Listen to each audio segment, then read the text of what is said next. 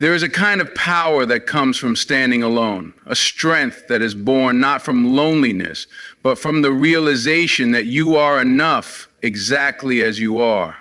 Society teaches us that fulfillment comes from relationships, that happiness is found in love, in companionship, in the presence of another.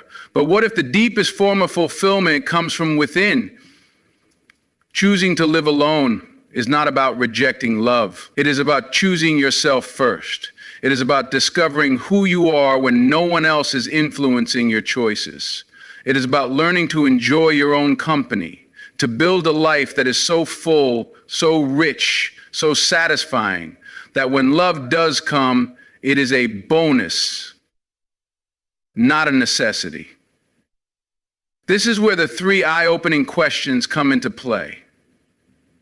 Because when you live alone, you have no distractions, no noise, no external forces telling you who to be. You are left with nothing but yourself. And in that silence, you must ask, what am I truly seeking? So many people enter relationships not because they are ready, but because they are afraid of being alone. They think they are seeking love, but what they are really searching for is validation. They think they want companionship, but what they truly crave is security. But when you choose to live alone, you strip away the illusion. You realize that what you were seeking was never in another person. It was in you all along. When you ask yourself, what am I truly seeking? You begin to uncover truths that have been buried beneath years of conditioning. You might believe that love is what you are after, but is it really love? Or is it comfort? Is it a distraction from your own fears? Is it an escape from having to sit with yourself in the quiet and face what lies beneath the surface? Living alone forces you to confront these questions in a way that no relationship ever could. It removes the false sense of security that comes from being with someone simply for the sake of not being alone. It asks you to build a foundation within yourself to become your own source of love, comfort, and stability. And when you do that, you realize something profound. You were never incomplete to begin with. So many people seek relationships not because they are full and ready to share their abundance, but because they feel a void they expect another person to fill. But love does not work that way. True love is not about completing each other. It is about two whole people coming together to enhance each other's lives. And you cannot be whole if you have never taken the time to truly know yourself. This is the secret most people never learn. They jump from relationship to relationship, always searching, always hoping that the next person will be the one to finally bring them peace. But peace is not something you find in someone else. It is something you cultivate within. And this leads to the second question, what am I running from? Because if you have spent your life searching for love outside of yourself, if you have settled for relationships that drained you, if you have ignored the voice inside you that told you to walk away, then you must ask yourself why. What is it that you are so afraid to face alone? Living alone forces you to stop running. It asks you to sit with your fears, your wounds, your unhealed parts, and finally confront them. For some, this fear is the fear of loneliness, the idea of coming home to an empty space, of eating meals alone, of spending nights in silence. It terrifies them. But is it truly loneliness they fear, or is it what that loneliness might reveal?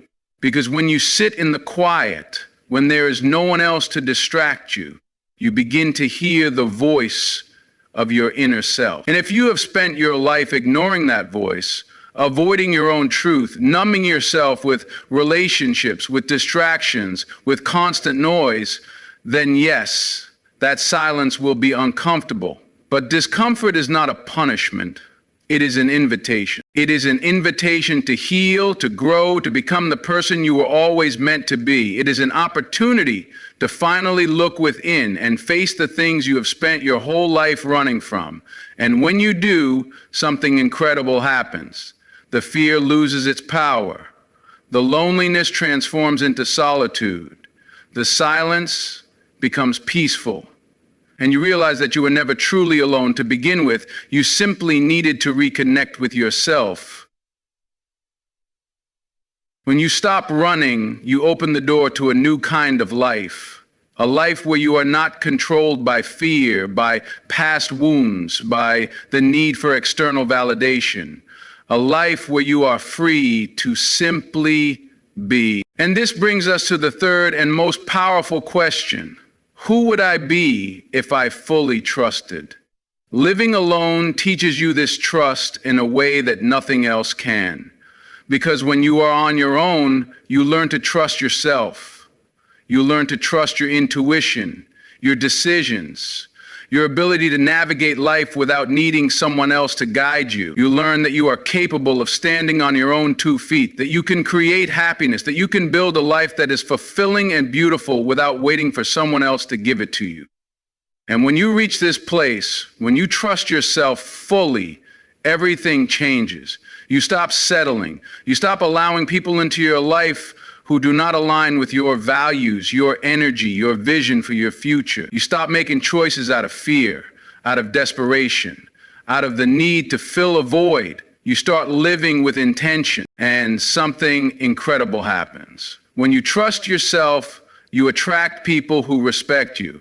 When you no longer fear being alone, you stop tolerating relationships that drain you. When you know that your happiness does not depend on another person, you stop giving your power away. This is the paradox of choosing to live alone. The moment you embrace solitude, the moment you learn to love your own company, the moment you stop needing a relationship to complete you, that is when you become truly ready for love. Not a love that fills a void, not a love that is based on fear, but a love that is whole, healthy, and aligned, because you are not looking for someone to complete you anymore. You are already complete. And from this place, love is no longer something you chase. It is something you naturally attract. But here's the most beautiful part. Even if love never comes, you are still whole. Even if you never find the perfect partner, even if you never enter another relationship, even if the rest of your life is spent in your own beautiful solitude, you are still fulfilled. Because fulfillment is not something another person gives you. It is something you cultivate within. So ask yourself these 3 questions again. What am I truly seeking? What am I running from? Who would I be if I fully trusted? And then dare to live the answers. Because when you do, you will realize something life-changing. Choosing to live alone is not about choosing loneliness. It is about choosing freedom. It is about choosing yourself. It is about realizing that the most important relationship you will ever have, the one that determines the course of your entire life, is the relationship you have with yourself. Honor it. Nurture it, protect it, and watch as your world transforms. There is an undeniable magic in living alone, a kind of freedom that many people will never experience because they're too afraid to choose it. But when you embrace solitude, when you fully step into a life where your happiness is no longer tied to anyone else, something extraordinary happens. You become unstoppable. You wake up every morning knowing that your time, your energy, your space, and your emotions are fully your own. There is no compromise, no negotiation, no need to shrink yourself to fit into someone else's world. You can create the life you want without limitations, without guilt, without hesitation. And when you live this way, you become the most powerful version of yourself. You stop waiting for life to happen to you. You take control. You design a life that feels good to you, not because it meets society's expectations, not because it pleases a partner, but because it aligns with your soul. You create a space that feels like home, not just physically, but emotionally and spiritually. You surround yourself with things that bring you joy, with books that inspire you, with silence that soothes you, with routines that nourish you. This is what true fulfillment looks like. It is not about having someone next to you at night. It is about going to bed at peace with yourself. It is about waking up excited for the day ahead. Not because someone else is there, but because you are there. You become your own source of happiness, and that changes everything.